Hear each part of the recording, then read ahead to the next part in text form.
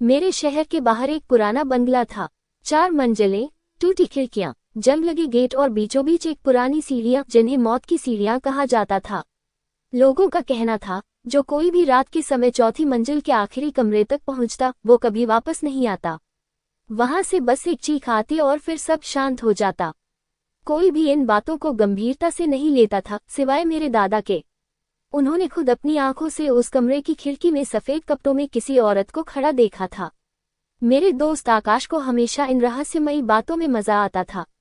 एक दिन उसने कहा, हम 4 दोस्त आज रात वहां जाएंगे, सीढ़ियों वाला कमरा देखेंगे। अगर कुछ नहीं निकला तो सारा किस्सा झूठ है।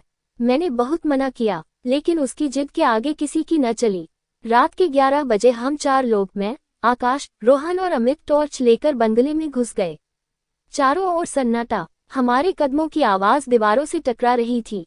पहली मंजिल पर पहुंचते ही एक कोने से ठंडी हवा का झोंका आया। रोहन ने फुसफुसा कर कहा, कोई हमारे पीछे चल रहा है। हमने पलट कर देखा, अंधेरे में किसी की परछाई दीवार पर रेंग रही थी। लेकिन जब टॉर्च घुमाई वहां कुछ भी नहीं था। हम कांपते हुए दूसरी मंजिल की सीढ़ियां चढ़ने लगे। दूसरी मंजिल पर फर्श पर लाल रंग के निशान थे, देखने में ताजे खून जैसे। वे निशान सीढ़ियों तक जाते थे।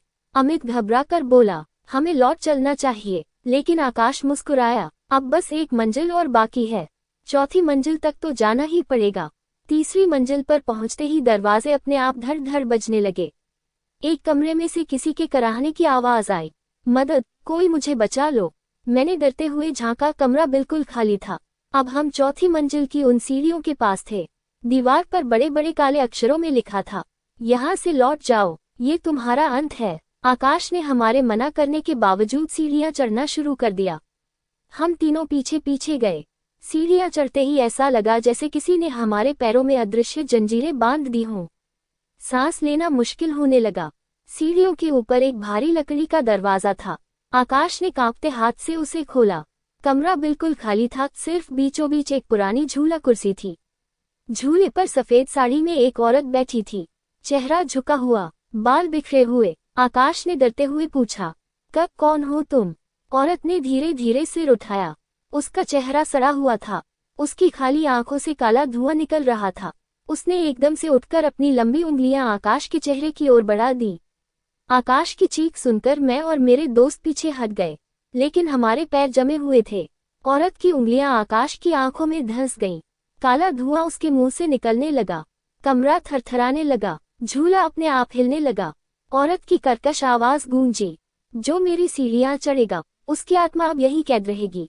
अचानक कमरे का दरवाजा बंद हो गया। हमारी चीखें कोई नहीं सुन सका। सुबह बंगला खाली मिला। हमारी टॉर्च और जूतों के निशान वहां थे, मगर हम चारों में से कोई भी नहीं मिला। लोग कहते हैं आज भी रात के समय चौथी मंजिल के कमरे में 4 परछायां खिड़की पर खड़ी रहती हैं, बिना चेहरों के।